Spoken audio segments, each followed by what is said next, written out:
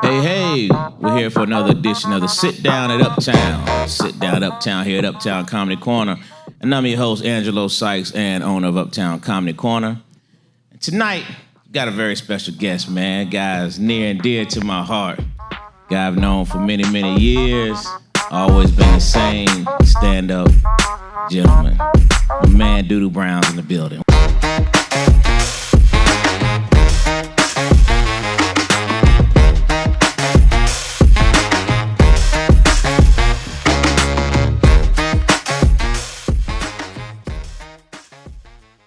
What's Appreciate up, brother? that, big bruh. Big bruh boss man, I like to call it. Big bruh boss man. Depending on what I need when I text him. Boss man, big bruh. Right. Yeah. How you doing, man? I'm blessed by the best, man. That's what's up, man. I'm too anointed to be disappointed. Can you dig it? Can you dig it? Yes, sir. Yes, sir. So, Doodoo, man, I always like to travel backwards, man, when I do my interviews, right? Okay. And so I want to travel way back. Yeah, way back, man. Let's go back to Jacksonville, Florida. All right. You know what I mean? Hometown. Let's go back to a young Mr. Gordon. Okay. You know what I mean? Let's talk about how it started. Not comedy, just how were you as a child? How were you growing up? What was your environment like? I grew up single mom, TC's rooming house. Yeah, I remember, I think my first Christmas that I remember, that I have photos of us living in a rooming house. Those of y'all might not know what a rooming house is. It's a big house with, maybe 7 or 8 bedrooms, and the owner of the house rents out each bedroom. Everybody shares a bathroom and a kitchen. And that's how I grew up. I remember walking the halls as a very young boy, going into each of the little rooms, people greeting me in the morning. My nickname's Peanut. For those of y'all, my family called me Peanut. Okay. Yeah, and I can hear the other tenants saying, "Hey, Peanut, hey," as a little boy. So yeah, single mother, TC's rooming house, Jacksonville, Florida. Wow. Yeah. How long do you remember y'all being there? My mama say we wasn't there long. She said I came back to the room one day singing James Brown, "I'm a Greedy Man." She said, you came back to the room talking about, "I the Geedy man, I the Geedy man." She said, "I got to get my baby the fuck out of here. The Geedy man, I got to get him out of here." So, yeah, we weren't there too long. Okay. But, yeah, I remember, and it got photos of, like, my first Christmas. Wow. Yeah. So what was the next step from there? Where'd y'all go? Well, my mother had been married like 13 times. Ooh. Like one time more than Zsa Zsa Gabor. For real? For real. Real Wow. talk. So just different relationships. Moved you. You know what I'm saying? Different projects. Lived in all the projects in Jacksonville. Blodgett Home, Cleveland Arm, Emerson Arm, Washington Heights, everywhere. Wow. And then we moved into like a posh apartment, Confederate Point, with white people. and then we moved into a house, 2855 Ernest Street. Wow. Yeah, 2855 Ernest Street. My mom moved us into a house, an all-white neighborhood, and from the girl I met at the back wall, it was a wall in the back of our house that separated the house on the other street. Okay. And I met a girl around my age, white girl around my age, and I learned from her that we were the first niggers in that neighborhood. Wow. In 40 years. Is that right? Yeah. And so you learned it from her? I learned it from her. Just sitting, having a conversation with her as two young kids, not even understanding racism. Yeah. And she said, "My grandpa said right. that y'all are the first niggers that ever lived in this community in 40 years. Wow. Yeah. What an introduction, huh? Yeah. Yeah. So well, you had siblings? No, I'm an only child. Okay. Yeah, I'm an only child. Yep. Wow. So what was that like, man? Did you tell your mom what was said? Yeah, I told. Yeah. So what was the conversation from there? It was. I mean, it was true. Okay. It's true. Yeah, we crashed that community. That was an all-white community for as long as the people there could remember. And we were the first black family to move into that community. Wow. Me and my mom, and then of course other blacks came, you know, after we did, but we were the first in 40 years. How about that? Yeah. Some history there, huh? Yeah, man. So what kind of student were you in school? Awful. I was not a scholar, to say the least. Strong C. I'm gonna say I was a C+ student. Okay. Strong C. Strong C. A strong C. So were you funny as a kid? You were class clownish style? Yes. Okay. Yes, all that. I used to get, the teacher would sit my desk outside the classroom. One of those, huh? One of those. I'll never forget, man. I come down the hallway, you know, changing periods. This is high school, changing the periods.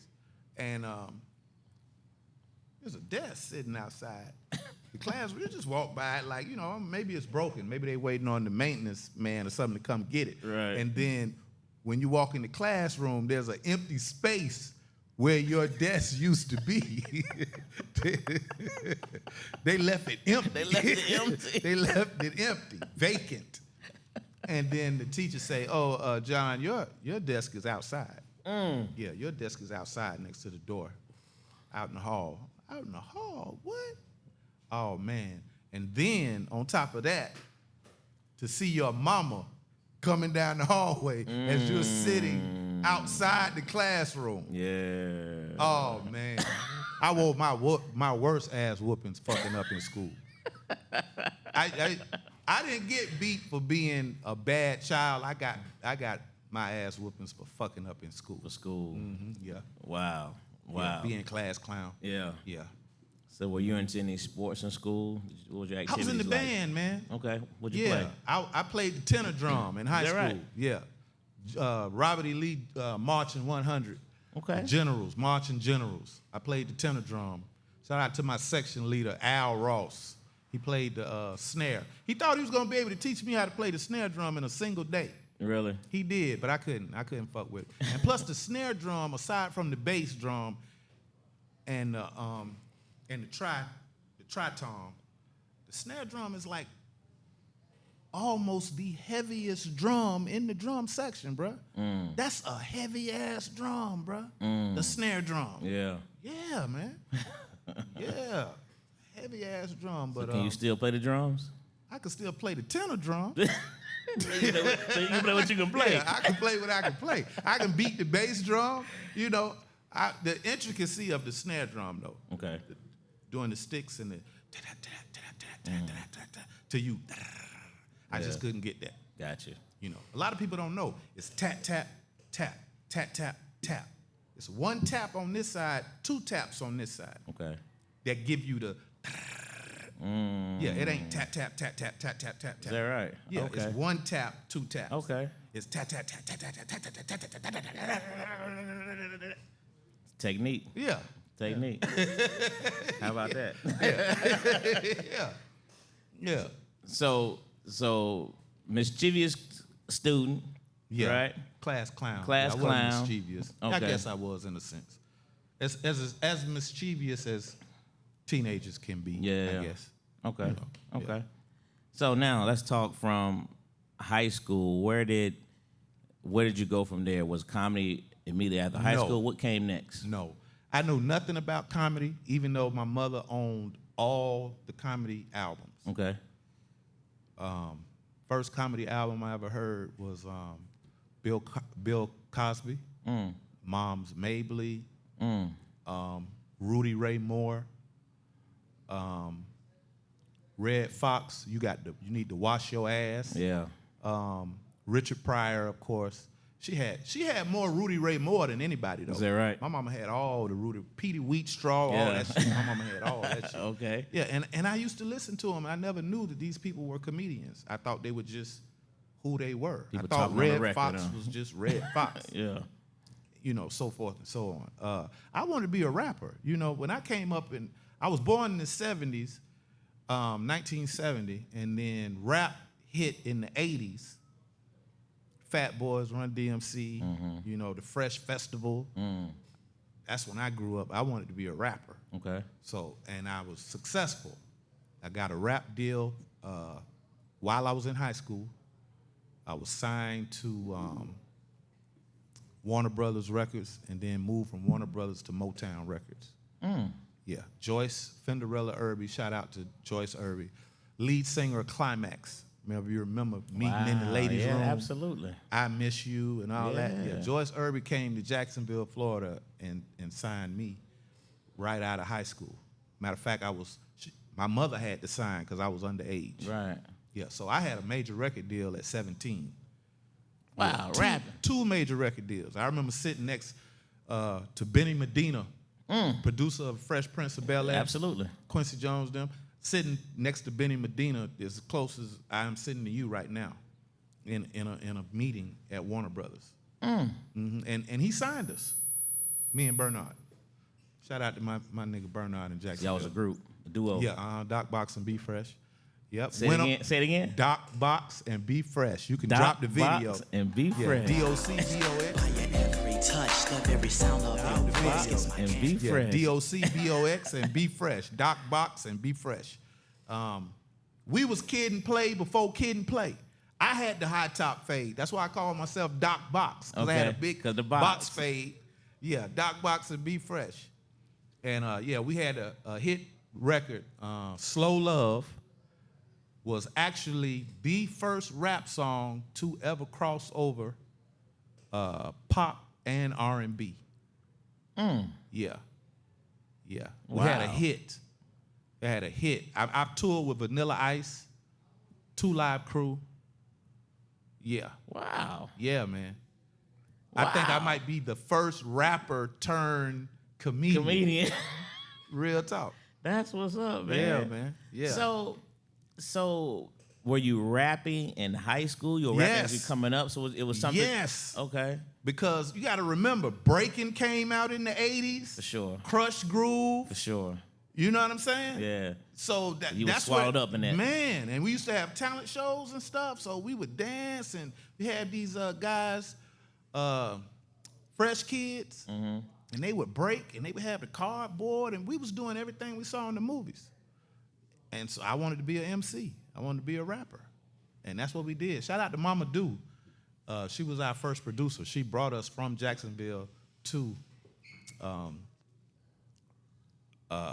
What's the name of that? It's called Stankonia now.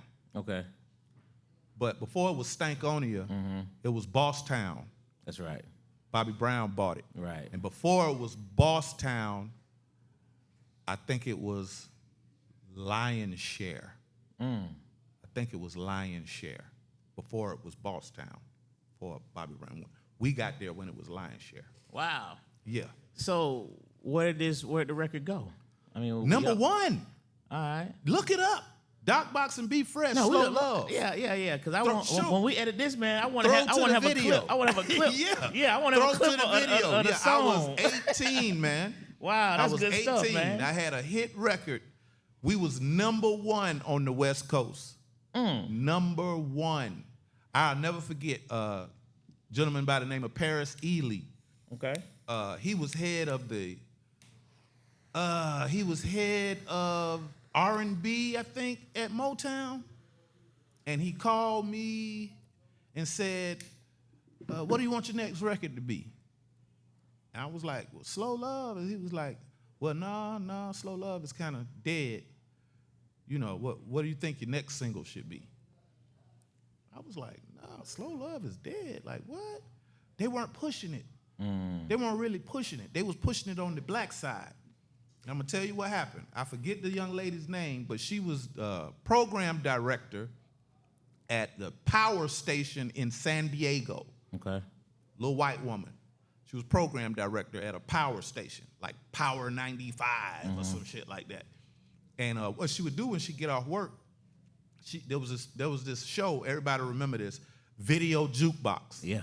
Video jukebox for 99 cents. You could call on the phone and order a video. Right. Type in the number, charge your phone bill, 99 cents. That's right. Type in the video. She said she came home one day and she saw the video for Slow Love about 10 times, back to back to back to back. The people were ordering the video back to back to back. And she thought to herself, why don't I have this record? So when she got to work the next day, she called Motown and said, why don't I have this record? I just saw this video play about 10 times on Video Jukebox. They sent her the record. It was #1. She was the first person to drop it. She said the phone lines lit up. And from that's what started our career. Wow. We went from choose another record to I wasn't even speaking to Paris no more. They sent me to the pop division. We was getting calls from the pop division in Motown Records.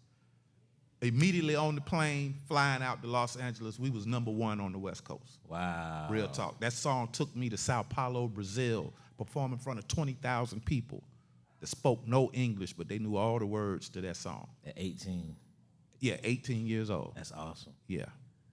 That's real talk. That's wild. Yeah. That's and wild. then when I lost my record deal, And how did that happen? because I was a teenager, man, and I hadn't thought past rap. Okay. No, it was a struggle. I ran away from home to be a rapper. Really? My mama was like, you need to go in the army. Like, we need to rap. It's rapping. You know what I'm saying? I wanted to sign a little raggedy ass management contract with this guy in Jacksonville, and my mom was like, boy, you don't know what you're doing. You know what I'm saying? This rap. I ran away from home, man. Really? Yeah. I almost flunked school and everything. Because I knew she was going to come to the school looking for me. Right. So I was skipping school. And after like 7, 8 absences, Yeah. if you already had some absences, I probably already had 2 or 3 absences. After 10 absences, you fail. You know what I'm saying? I think it was on my 9th absence. I snuck back to school. I was like, maybe she'll understand that she ain't going to catch me at school. And that first day I went back, she was there. She's right there. Mm-hmm. Called me to the office. Yep. So, I ran away from home to be a rapper, man. So what happened with the deal? Y'all touring over to Brazil? Where'd it go? Yeah. Shout out to Joyce Irby. She signed me, Dallas Austin.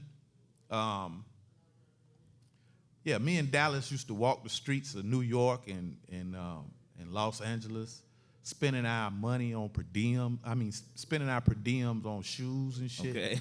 Yeah, Dallas taught me how to. Dallas would say, "Don't tell Joyce now how much we spent on these shoes." So this is early on Dallas Austin. Then this ain't the hitmaker Dallas Austin. I was there when Dallas made Motown Philly. Is that right?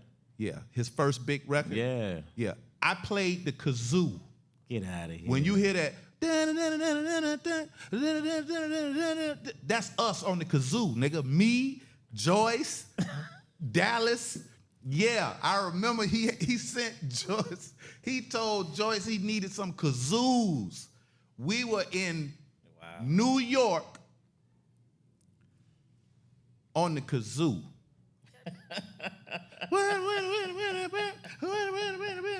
Yeah. Yeah, man.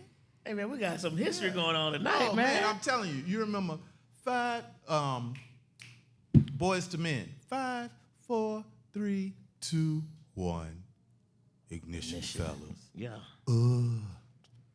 I was the first person with that song. Really? When I was on tour, I was playing it for everybody in the limousine. I was like, this gonna be the shit.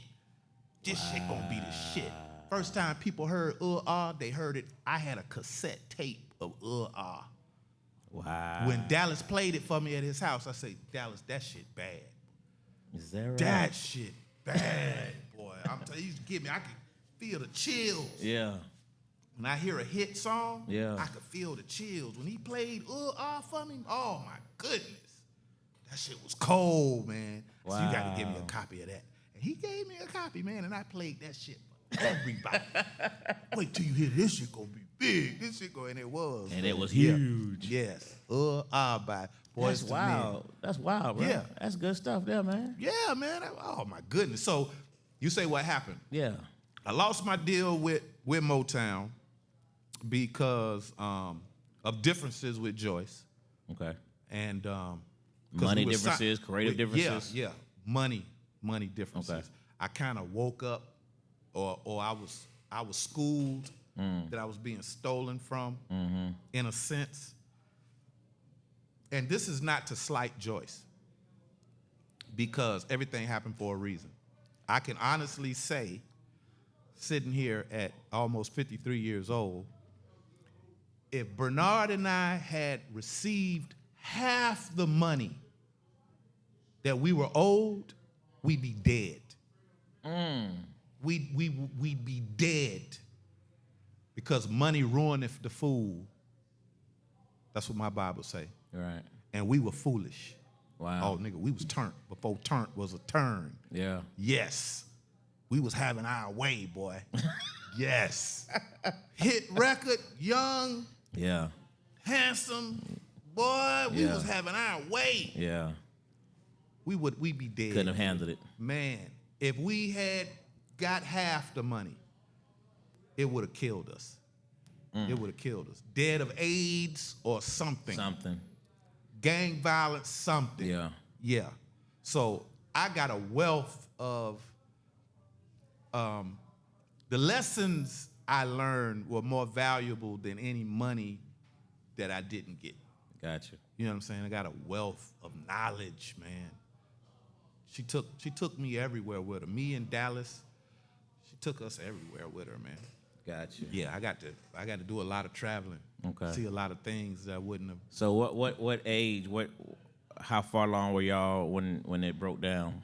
Oh man. So once she kind of stopped fucking with us, Jermaine Dupri's father picked us up. Okay. I wish I could call his name right now. Jermaine Dupri's dad. I can't call his name right now for some reason. I know you're talking about though. Yeah. Yeah, but she kind of left us alone, and they came along and picked us up. He had a management company. He managed a group called Silk Times Leather. Yeah. And Doc Box and Be Fresh. And when they got us, I think it was ERI Entertainment, ERI Management or ERI Entertainment. And when they picked us up, next thing I knew, we was in Brazil, man.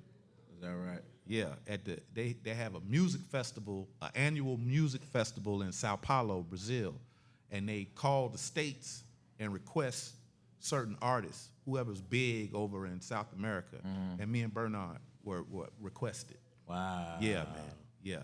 So, do you remember back how when you were sitting in Brazil as this kid from Jacksonville, Florida, Yeah, living never in a room and forget house, how and I you over there in lost Brazil? all my clothes going to Brazil. I used to have this thing, man, where I used to like to change clothes 2 and 3 times a day. I used to like to go in the house. I might use the bathroom, take off all my clothes, put on another outfit, come back out, whole new outfit. I used to like to do stupid shit like that. I might change clothes 4 times. You know what I'm saying? 'Cause making money, you know what I'm saying? Yeah. On tour or whatever. Right. I said, I'm going to kill him in Brazil. I took all my clothes to Brazil. Never got a stitch. I lost all my luggage going to South America, man. Really?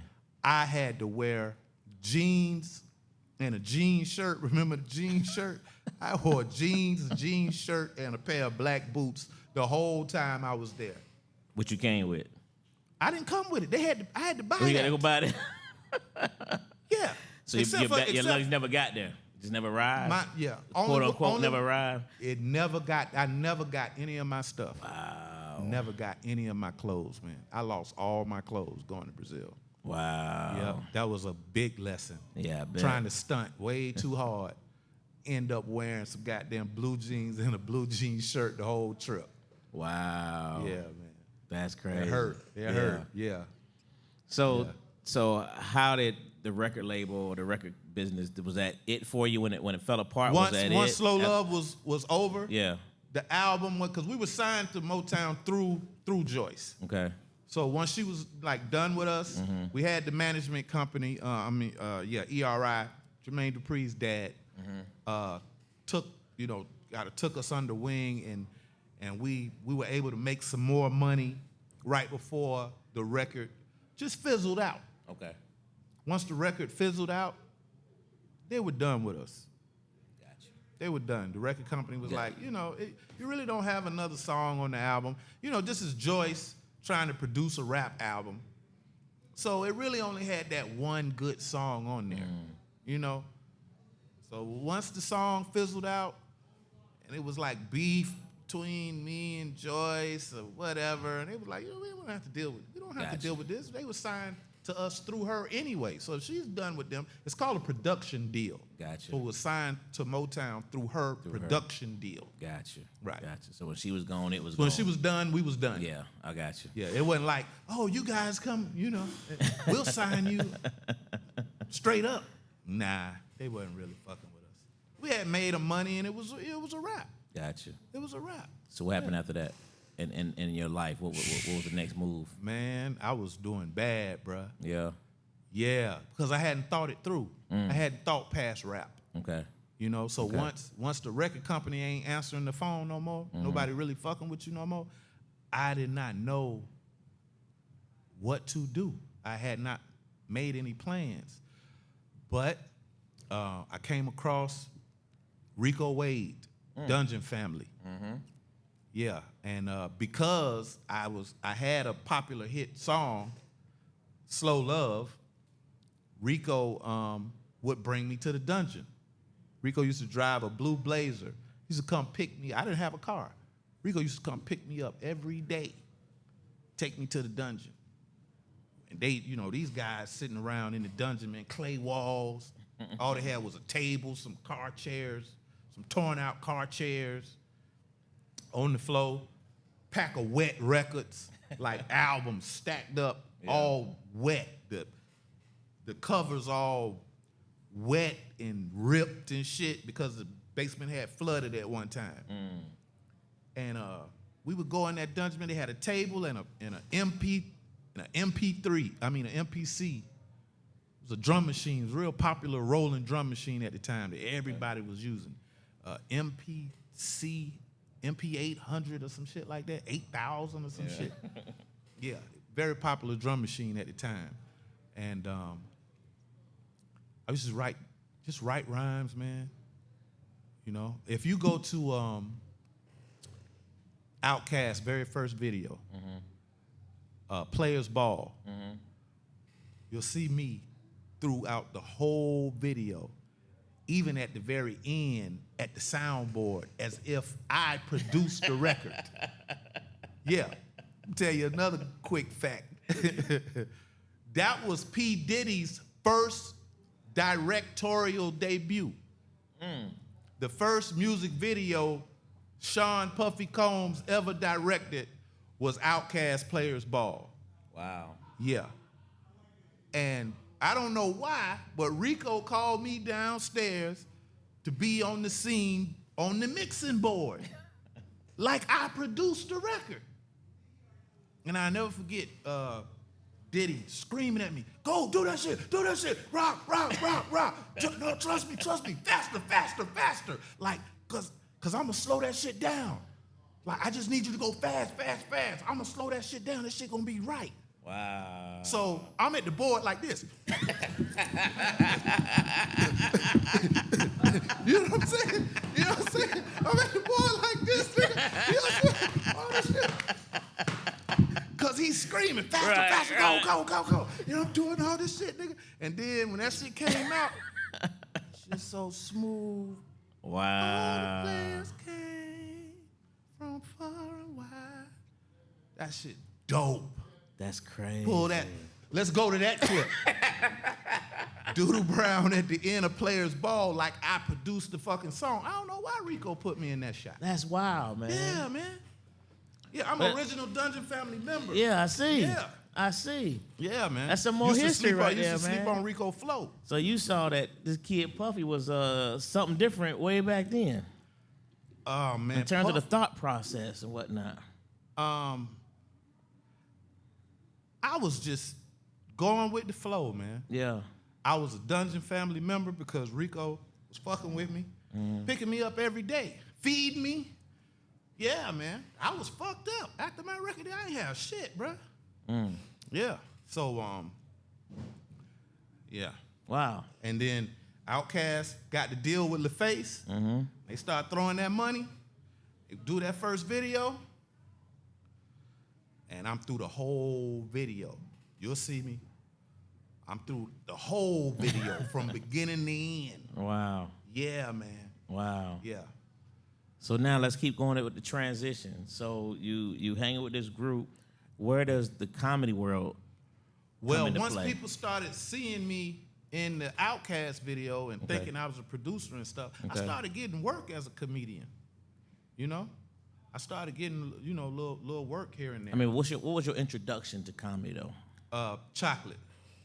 Kim Burse and comedian Chocolate from Really? Charlotte. Yeah. Oh, Chocolate. Yeah. Kim, like I said, I was fucked up. Kim would take me to the grocery store and buy groceries for me and my family. Yeah. And I met, Chocolate was her roommate. Okay. I met Chocolate for the first time and she was so fucking gorgeous. Yes. Oh man, you talking about a black dark-skinned Lena beauty. Horne. Dark-skinned Black beauty. Lena Horne, nigga. And when I saw her, I just wanted to compliment her. Yeah. So when I saw her, the first thing I said to her was, "Are you a model?" And she was like, "No, I'm a comedian. I'm a female comedian, stand-up comedy." And I didn't even know what that was. I was like, "What is that?" She was like, "You ain't never been to the Comedy Act Theater? Tuesday night, Comedy Act?" No. She was like, "Well, you need to come because I can't explain it to you." And then when I went and I saw, and I said, "Hold up. They pay y'all to do this?" No, for real. They pay y'all to get up there and do that? I've been doing this shit for 30 years, nigga. 30 years. They paying y'all to do that? Right. I've been doing it for 30 years. Wow. 30 years, man. So which point was your first time on stage? Comedy Act Theater, Tickle Me Tuesday, open mic night. Okay. I mean, not Tickle Me Tuesday, Tuesday night, open mic night. Okay. Tickle Me Tuesday is my night. But yeah, Comedy Act Theater, shout out to Michael Williams. First, I put you and Michael Williams together. Sure did. Sure did. Sure did. We've talked several times since then. Yeah. Yeah, good brother. The guy that started the Black Comedy Club. That's right. Yeah. Michael Williams started it out in Los Angeles. Robin Harris was the host. That's right. And then he opened an Atlanta room, and Robin Harris was supposed to be the host of that one, but he passed right after he opened it. Robin passed. Yeah. And that's where Chris Tucker got his start. That's right. That's where everybody got their Lot of start. them. A lot of guys. Their first time they hit the stage in front of a packed house was that avenue that Michael created for us. So yeah, that's how I started. It was on 8th Street, 7th Street.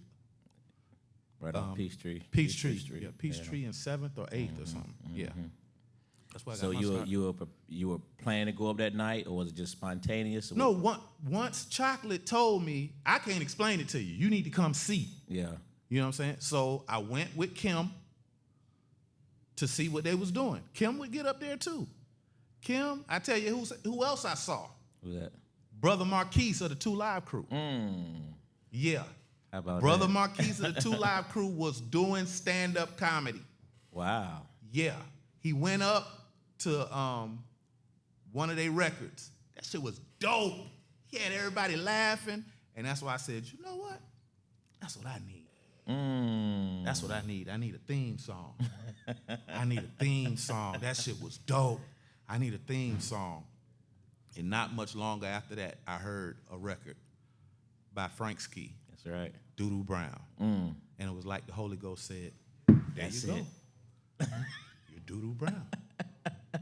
Just like that. Just like that. Wow. I said, hold on. I gotta make sure. I can't be stealing nobody's name. So I remember I went to Tower Records, found the record, read the credits. It don't say nowhere performed by Doodoo Brown. It says performed and written by Frank Ski, two hype brothers and a dog. Gotcha. Right. Gotcha. So it was like Doodoo Brown was this over. mythical character, and I embodied it. I became Doodoo Brown. And then when I built a relationship with Brother Marquis from the 2 Live Crew, I had him dub me the real Doodoo Brown. Is that right? Because Frank Ski sampled his voice in the record. Doodoo Brown, that's Brother Marquis from a song called Come On Babe. Sure is. Yep. Sure is. When Marquis says, lick my ass up and down, lick it till your tongue turn, Doodoo Brown. That's where Frank got it from. So now, Marquis is my brother. Right. I had him dub me the real. The real. Dude, I tell you the first big move I made. As Doodoo Brown. Okay. So I'm invited to this party where Luke gonna be.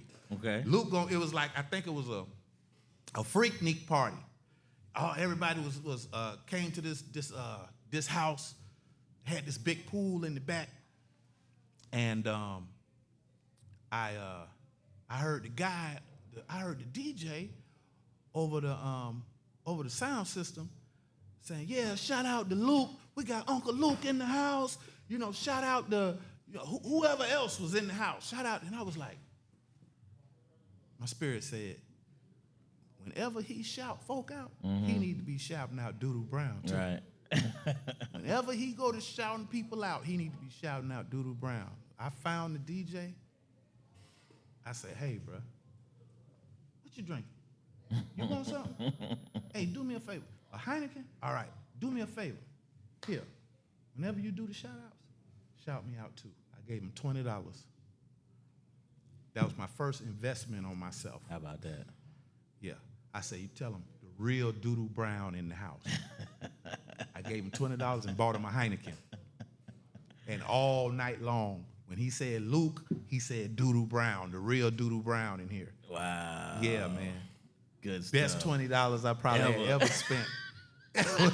Solidified the deal. And these things were just coming to me, big bruh. Yeah. I didn't know anything. It was just, I could hear the instruction. Okay. And I was just following the instructions, man. And Gotcha. like I say, I've been doing this for 30 years. I sat down on the couch with Frank Ski at the Monique show and talked about the whole thing. You could pull up the interview with me, Frank Ski, and Wanda Smith. Yeah. At V103, talking about how I embodied the person he was rapping about on this song. Yeah, man. And that's so? Yeah. That's powerful there, man. Yeah, man. So, and that's my big bruh, Frank Ski, too. Yeah. I remember when we did the Monique show, he introduced me to Jean Paul, the fragrance. Jean Paul. I said, you got any cologne? He said, yeah, I got something you can have. And he gave me the Jean Paul. Yeah, my first $100 bottle of cologne. Frank Ski gave me. Ski. Yeah. That's what's up. Yeah, man. That's what's up. Yeah. So this comedy thing, like you said, 30 years strong, right? Yes. But now you hit it. Did it take off for you? And where were you at the moment where you was on stage and you said, "This is me"? No, when I followed chocolate instructions and came to see what it was she's talking about, comedy, and they said, yes, we get paid to do this. That was it. That was it? That was it. That was it. Like, what the fuck? They used to sit my desk outside, bruh, for this shit y'all doing. I've been doing this. You said I can get paid for paid it? to do this.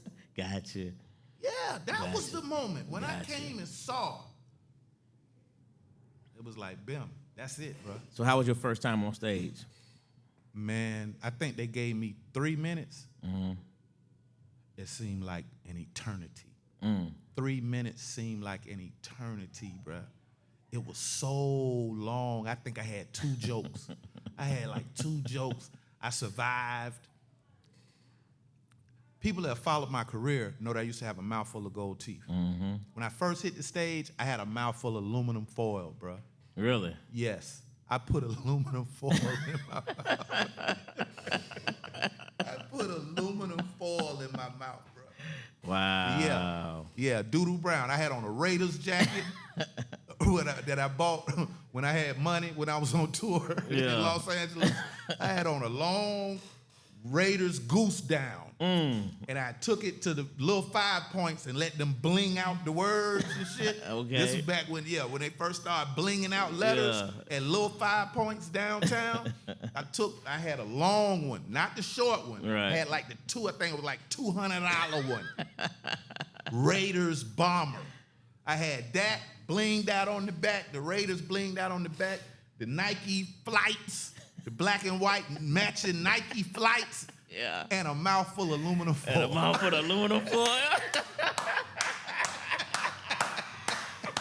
Yes, bro. That's classic. Yeah, that was 30 years ago, man, and I just stuck with it. And I remember I survived, right? I didn't get booed. So I immediately went to the DJ booth, and I said, hey, so when can I get paid? Too funny. You thought it was automatic. Yeah. So when can I get paid, man? He looked at me like, when can you get paid? Right. I said, yeah, they say, they pay you. He said, well, can you do 25 minutes? I said, 25 minutes? Now, remind you, I just did a 3-minute The open longest mic 3 minutes of your life. of my life. This motherfucker talking about 25 minutes? I said, no, I just started tonight. He said, okay, well, you got features and you got headliners. Features have to do like at least 15 to 25 minutes. So when you get 25 minutes, then you can talk about getting paid. Right. I was like, I'm never gonna be able to do this. 25 minutes? Right. 15 to 3 minutes, nigga, was an eternity. I said, I'm never going. It's going to take me like 4, 5, 6 fucking years to be a feature. Right. And it didn't take that long, but it took some time. And I just kept coming, man. Okay. I just kept coming. And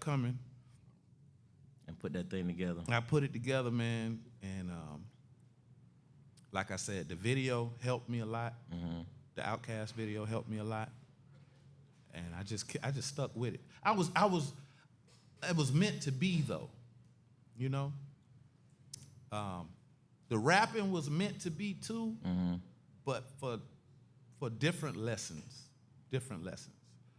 I was a famous rapper for a very short time. And like I said, I didn't make a lot of money. I made money, but I fucked it all off. You know what I'm saying? And I didn't get paid everything I was supposed to get for whatever reason. Like I said, that was because I'd be dead if I had. Yeah. So the rap thing was probably more so for relationship. You know what I'm saying? As close as I am to Dallas, or was at that time. Joyce, other people. Okay. You know what I'm saying? Comedy was a whole nother thing that brought me closer to God, things like that. You know what I'm saying? That's 30 years later. That's why I can go from an X-rated comedian, doing all type of shit on stage, to people say preaching.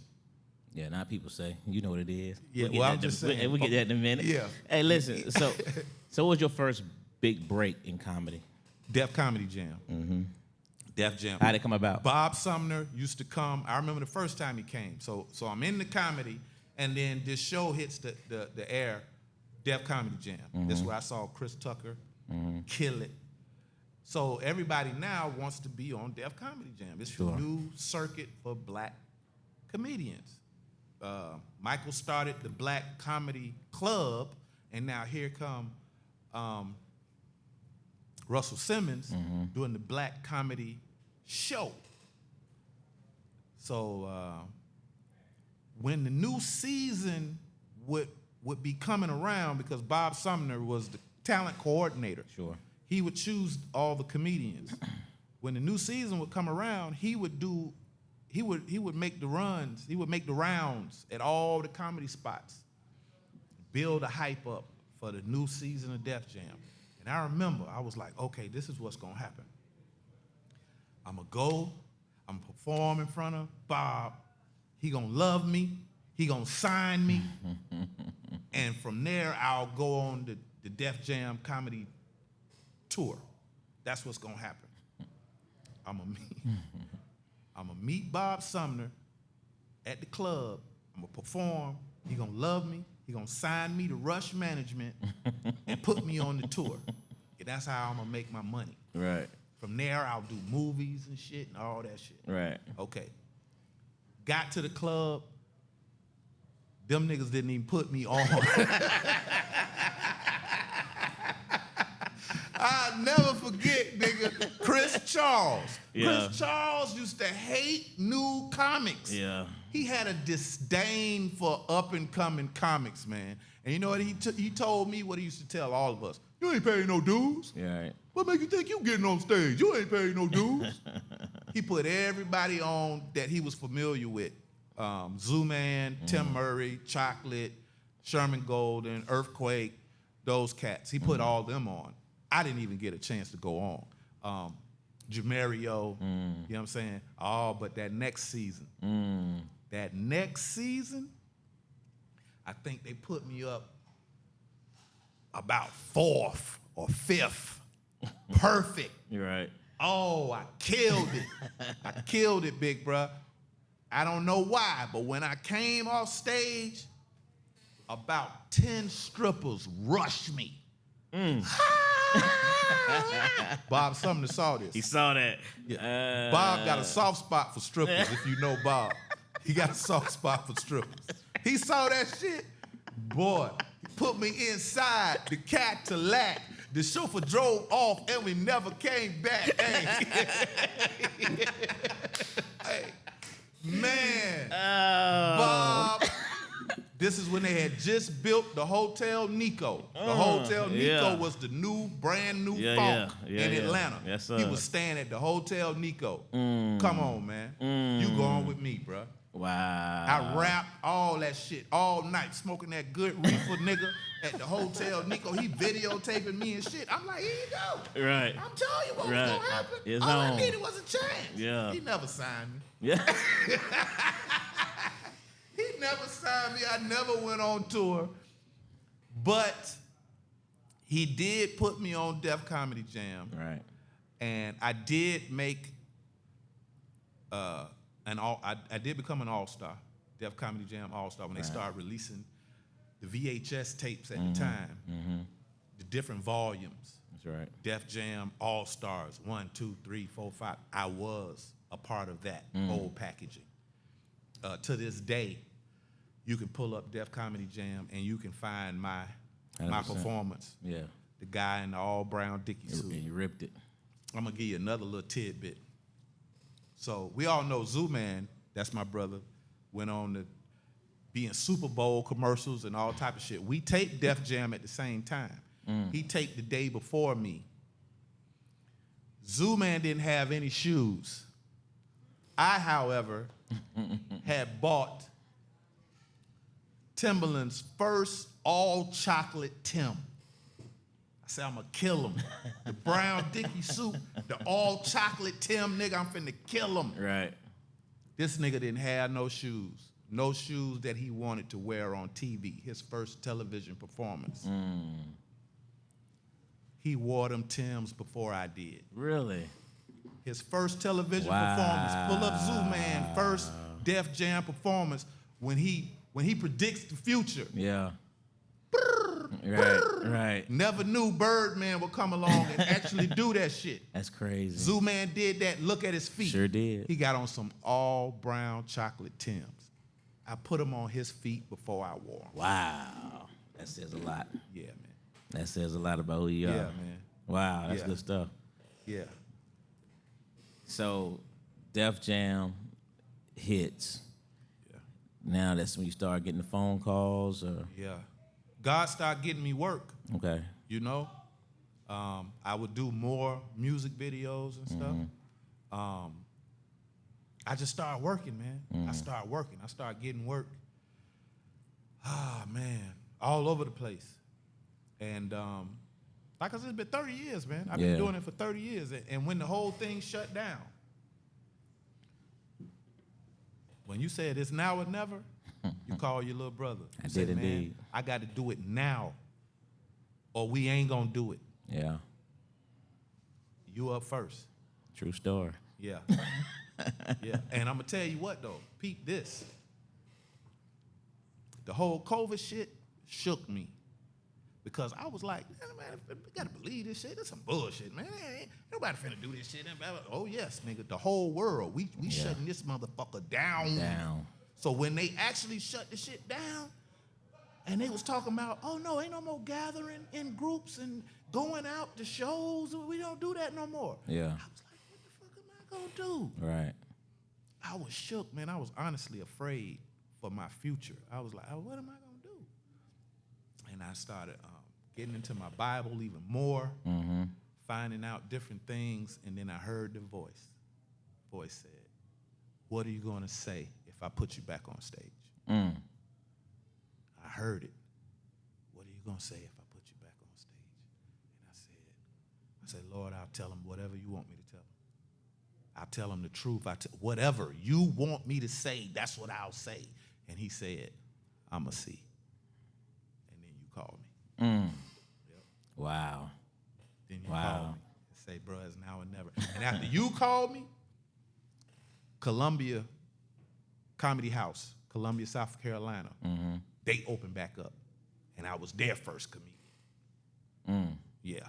And the phone's still ringing. How about that? You know what I'm saying? Yeah.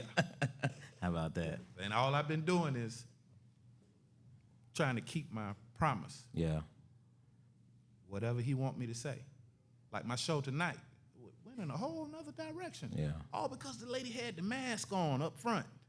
You know, I didn't even intend to go that way, but Spirit just took me that way, and I was just trying to be obedient. You know, one thing I'm not trying to do that I was trying to do is blow up. Okay. I'm not trying to blow up no more, man. Okay. I just want to be right where the Lord want me. That's all. That's Good all. stuff. I have people call me talking about movies and shit. I don't want to do that stupid shit. I'm not finna be nobody's buffoon. I'm not saying I'll never do a movie, but I'll know if I'm supposed to be doing this movie. Gotcha. And I'm damn sure ain't playing no idiot, no stupid shit. I'm not doing. Those days are over. All that shit died with COVID. When they showed me they could take all this shit away whenever they feel like it. I'm not trying to be nobody's superstar. Gotcha. I'm gonna go where he send me. Good stuff. Yeah, I'm not trying to blow up no more. I'm not this internet sensation and all that shit. I can't even do that shit. Yeah. I tried. Yeah. I used to have a real successful podcast with my feature Sunshine. UGK. We did that for about 2 years. It was fine. You know what I'm saying? But that's as much of the internet as I've been able to do. I know comics sit and rack their brains for content daily. Sure. I'm not one of them. I've seen folk get paid top dollar because they are somebody on that internet. Correct. Trust me, I wish it's not in me. Gotcha. I'm not sitting up trying to think of what I'm sitting in front of my phone like, well, what can I do to get people? That's just not me. Gotcha. I'm still working though. That's right. That's You know the what I'm important saying? People part. still come see me. Yeah. You know? Yeah. That's it. So, is that what had your transition? Because you've always done so many different things on stage from a dynamic standpoint, right? I mean, I remember when you had your near death experience. You had Yes. that was a part of your. I mean, and it was deep. You know what I mean? Yeah. You telling that story. Yeah, getting on stage testifying, man. Testifying. Telling some stories that's gonna help some people. Mm-hmm. You know? I'm gonna tell you, this is a good one. So, I'm a popular stand-up comic. I got a nice little following in Miami. I'm headlining at the Improv, Coconut Grove. 2 shows.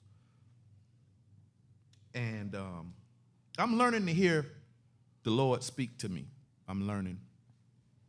And I'm trying to be obedient. Am I always obedient? Probably not. I'm trying to be all the time. So, AC Green happened to be at this particular show. NBA player AC Green. Los Angeles Lakers. Packed house. Capacity. I'm on stage, man, and I'm ripping. I'm killing it. This doodle with the real gold teeth now. I got a mouthful of gold and diamonds. Okay. You know, no more aluminum foil. I'm making some money, you know what I'm saying? And while I'm performing, I just got this huge laugh, what they call the thunder. Okay. They refer to it as thunder. Like when you get a room full of about 200 to 300 people, everyone laughing at the same time, they're clapping their hands, and they're stomping their feet. You get a room full of like 200 to 300 people, all 3 sounds at the same time sound like thunder. That's something we used to say. Oh, this nigga bring the thunder. Right. He bring the thunder. So I had just told a joke, and I got the thunder. Boom! Everybody laughing, clapping, and stomping their feet. At the same time, thunder, big. So you let it die down. You know what I'm saying? You let them clap. You don't just go into your joke while they're doing that. You let that marinate. While they're performing the thunder, I hear the Holy Ghost say, okay, now say this. Say this. I'm like, man, I'm rolling here. I'm like, you know what I'm saying? Like, no, I don't need to say that. That's off topic anyway. Say this, you know what I'm saying? I got him. This is finna be a standing ovation tonight. Nigga, like, I'm killing him right now. He said, no, say that. And I said, no, I'm not gonna say that. No. This is all going on in my head while the people are stomping, clapping, laughing hard as fuck. Then the Holy Ghost said, well, if you don't say that, you're not saying nothing. And I couldn't speak. I couldn't speak. I felt it. I could not speak. Now, all of this is happening during the thunder, bruh. Wow. The crowd don't even know this. I'm having this conversation with the Holy Ghost in my head.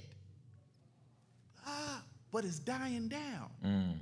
It's dying down. And I know in a minute they're going to be waiting for the next joke. Right. And I can't talk. I can't talk. And it's dying down. And like, you know, you're going to miss, you know, comedy is timing and delivery. So, you know, you don't let it die all the way down to silence. Once it get to a certain low, then you come back in.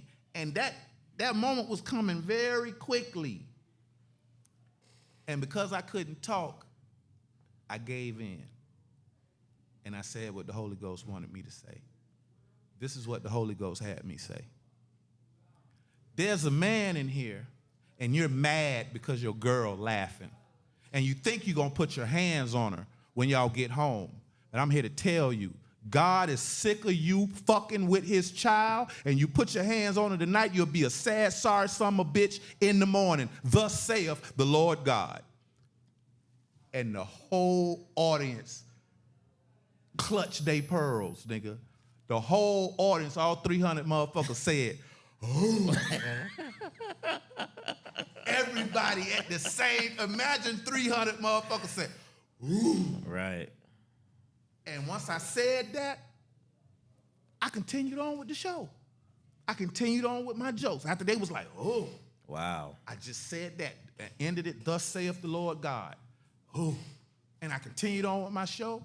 And I fucked with AC Green about being a virgin. Right. and I got a standing ovation.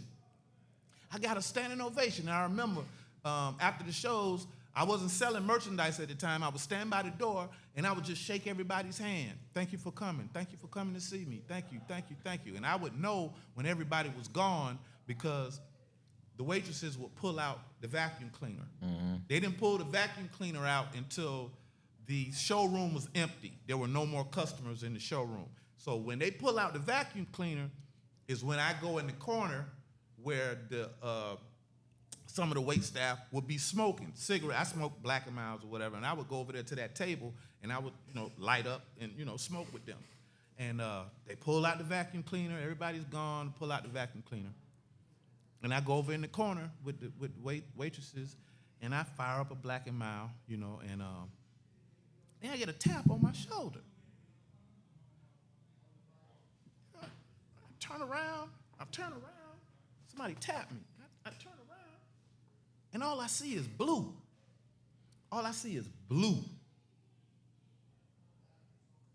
Just blue. And I'm trying to focus my eyes, so I started looking up. I look. It was this dude, bruh. The biggest man I've ever seen in my life. He had on a blue shirt. That's why all I saw was blue. Because the nigga was that wide and that goddamn big, bruh. This nigga was Jurassic, bruh. Wow. This nigga was huge. Cock diesel nigga. I'm not bullshit. It was a huge ass nigga behind me. Like, where the fuck this nigga come from? I didn't shake this nigga hand leaving. I stood by the door and shook everybody's motherfucking hand. That big, you can't miss him. Right. The nigga was so big. How could I have missed him? And tapped me on my shoulder, man. I looked up at this nigga, man. The biggest nigga I ever seen in my life. And that man with tears in his eyes, man, choked up throat, said, I want to thank you for what you said. I was the brother you was talking to during your set. Get out of here. Wow. And I want to thank you. I've been talking with my pastor and trying to get help. Wow. And I just hugged that nigga, man. I hugged that nigga, man, because I was so happy. For one, he wasn't trying to hurt me. Like I said, he was behind me, nigga, out where he came from, I don't fucking know. I stood by the door and shook everybody's hand.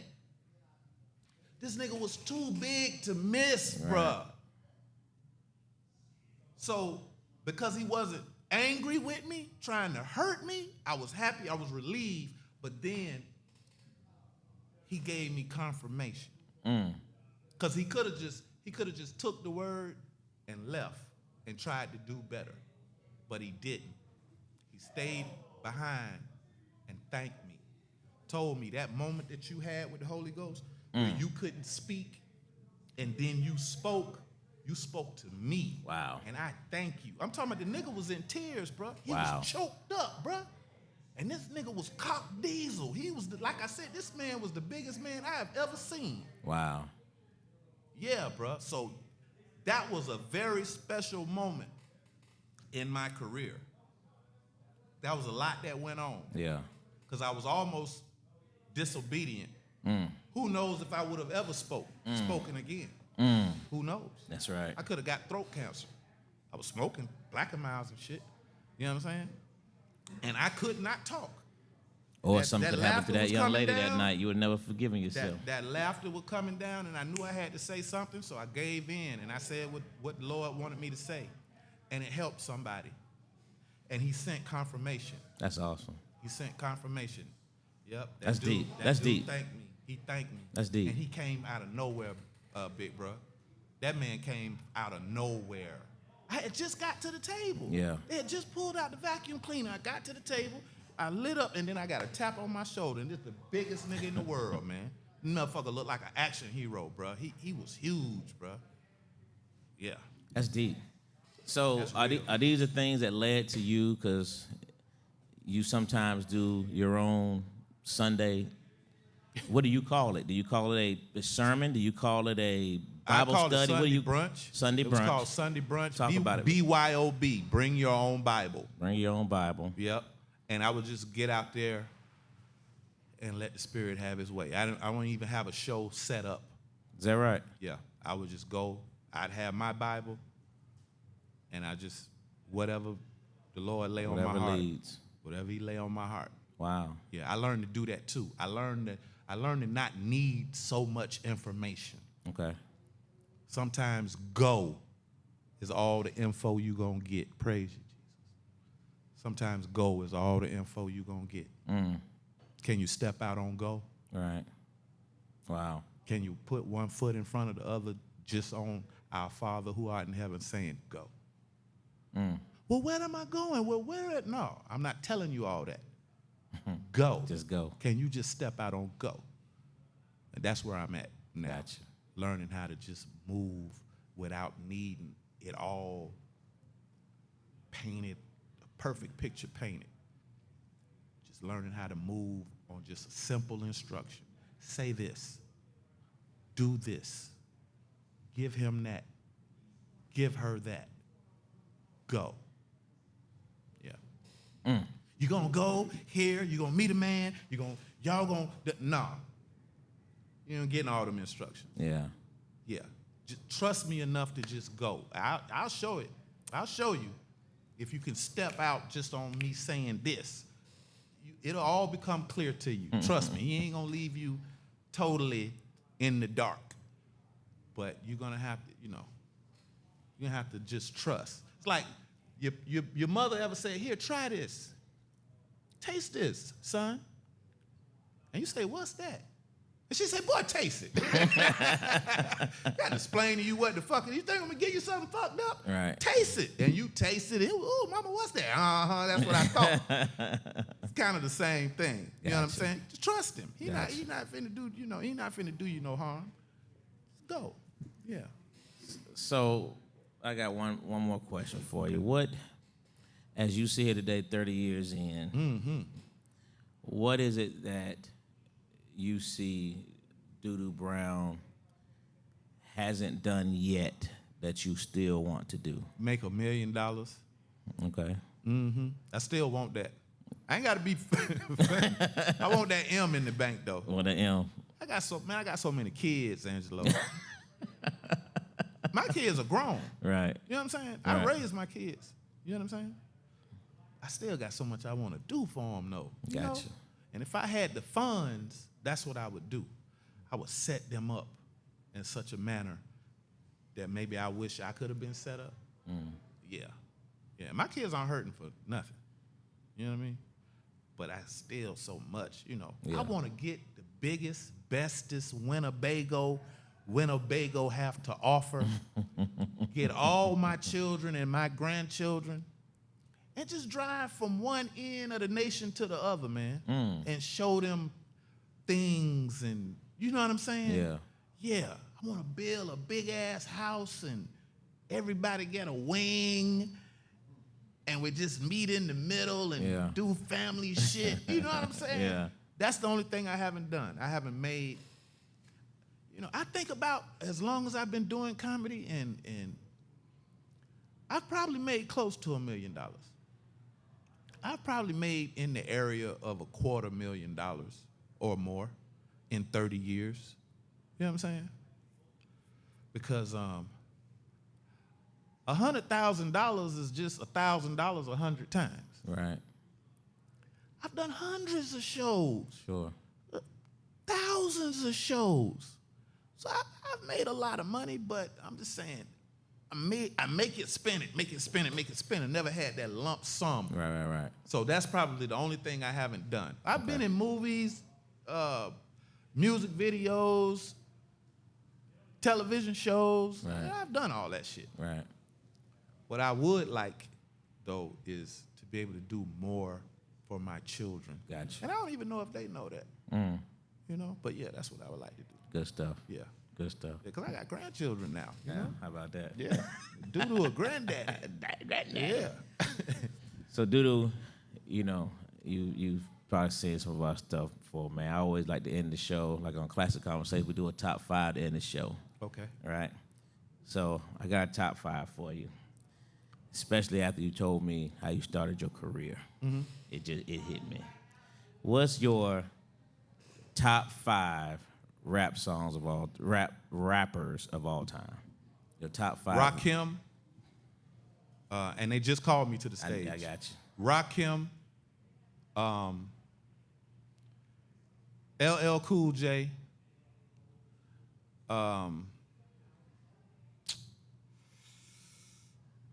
Lil Wayne, Rakim, LL Cool J, Lil Wayne. I like Drake, even though he don't write his own shit. I like Drake, man. I like him. And because I'm nervous, because they just called me to the stage and I'm not out there, I'm going to say Future. I like Future. I fuck with Future.